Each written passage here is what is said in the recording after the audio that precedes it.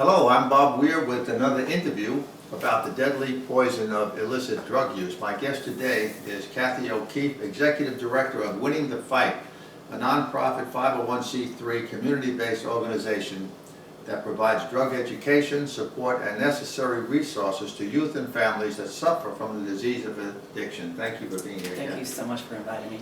Now, the latest data from the Center for Disease Control indicates that there were over 100,000 deaths last year from drug overdoses. Most of those deaths were related to the use of synthetic opioids, primarily fentanyl.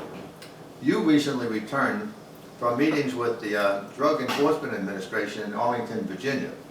They are very concerned about the amount of people dying from fentanyl. Can you tell us about that?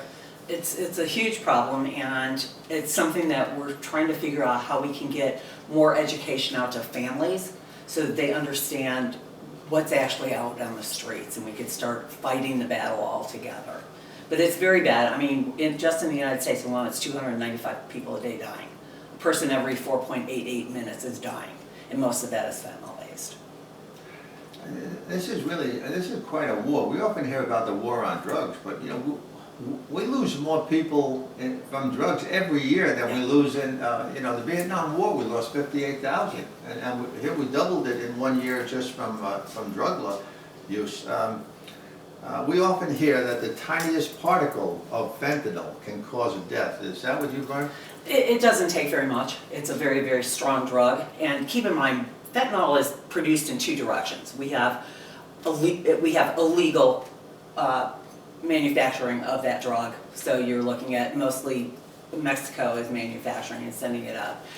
And then we have our pharmaceutical companies also make fentanyl, and fentanyl is actually used, it was developed for major cancer pain as well as major back pain surgery, heavy duty back surgeries. So it's not like we haven't had it, but the chemicals to make it illegal, or to make it illegally, are coming from India and China and then being shipped and then manufactured in Mexico right now. Is this sort of like an opioid? It is an opioid. It's very, very strong. Fentanyl is 100 times stronger than morphine, and morphine got us through the wars and everything and surgeries. So it's a very strong drug, and it doesn't take very much. It's small, it's inexpensive, it's small, and it's deadly. Can you give our viewers an example of how someone might be exposed to fentanyl? Okay, so pills can be laced with fentanyl, and like I said, most of the synthetic pills that are being manufactured and sold on the streets are basically synthetic.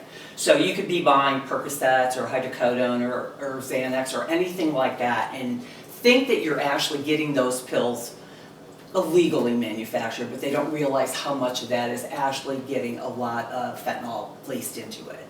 Because what DEA is basically saying, it's a totally different thing. Like when our son died, he died from a Xanax and heroin combination drug, and those were basically illegal. But fentanyl is different in that Brett knew what he was buying, and he knew what he was taking. Fentanyl is being laced into things, and people don't realize that they're taking that. So now we're looking at poisoning by murder, murder by poisoning. Some words that went through DEA was chemical warfare. It is a chemical warfare. Chemicals of mass destruction. That's exactly what's happening with all these deaths happening. There was even somebody even said that we have 2 generations of our potential military that should be coming up, going in the military, and we're losing those generations to drug overdoses. So is fentanyl only administered as part of another drug? No, it can be taken by itself. You can smoke it, snort it, shoot it, just like heroin. It's basically the same thing. There's plenty of ways to do it, but there's people who do just straight fentanyl. And what does it look like? Powder like a heroin. It could be a liquid, it could be anything. It's just like heroin can be. So you wouldn't even know the difference, perhaps, and it would kill you pretty quickly. Right. And we've seen, and DEA has quite a lot of pictures of this, where you look at like a Xanax, and they have a regular Xanax and a illegally made Xanax off the street, and you can't tell the difference. You cannot tell the difference on these drugs. So anybody taking a street drug, Right. maybe killing themselves right there at that moment. They don't even know. It is Russian roulette with a bullet in every chamber. Because you just don't know. You just don't know. So we know that fentanyl is by prescription only, right? Legally, it's by Legally. prescription only. Yeah, Right. okay. Why would a drug trafficker add fentanyl to the other drugs that they're...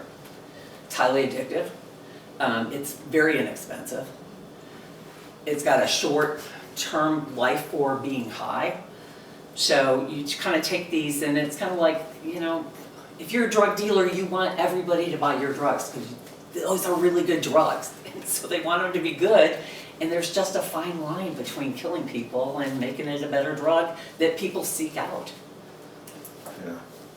Yeah, I guess there's no rationale for it, you know, that the drug traffickers will be killing off their own customers, but they're not interested in worrying. Well, about there's it. always going to be more customers, and there's always, and you know, not everybody dies from it, but a lot of people are dying on this. Oh, obviously, 107,000. How about the education for students? Does our system teach students about the dangers of drugs? I think our school districts, you know, this was brought up in Washington through the Department of Education. I believe that our schools talk about drugs overall, like we should not do drugs are bad, etc., but we don't get into specifics on it. Do we teach kids that ecstasy heats up the body too much? Or do we do this? Or do we teach kids what exactly happens when they take these drugs to their body? I do that in my presentations, but the schools don't do that. We don't get into specific things. Some schools, some school districts may, but education has to come. It's hard to teach all these teachers the curriculum. I mean, it's just, they're teach and test.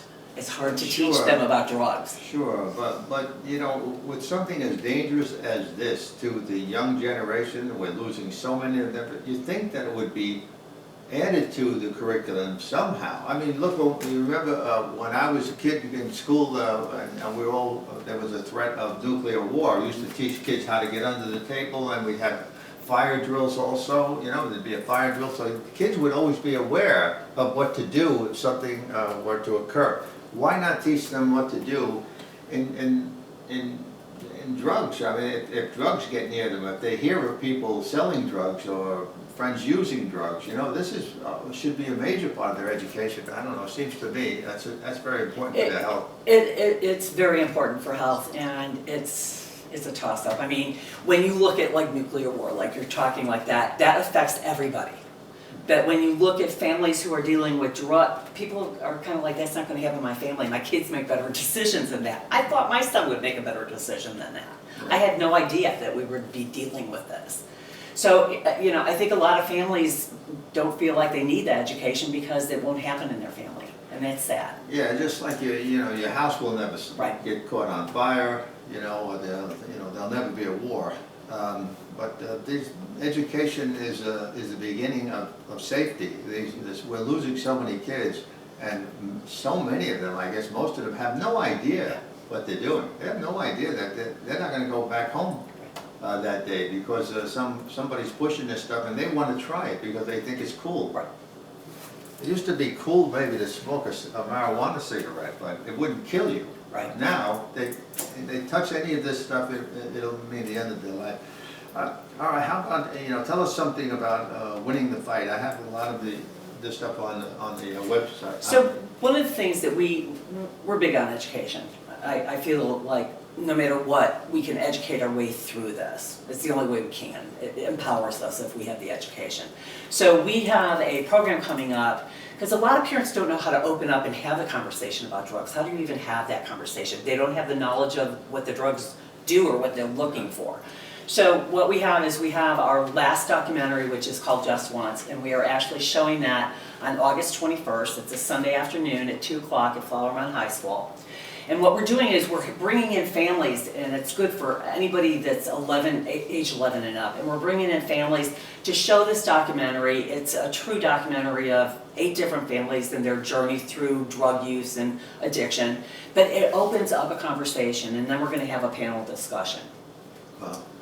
So we're excited about that. Well, Kathy, we're being grabbed by the clock, so I'm just gonna wrap it up by saying thank you for being here, and thank you for the great work you do with your organization, and hopefully more people will get education about the dangers out there on the streets for adults and children. An awful lot of kids are losing their lives over this, and before any more tragedies happen. Well, thank you so much. Thank you so much. Thank you, Thank you. and thank you for watching.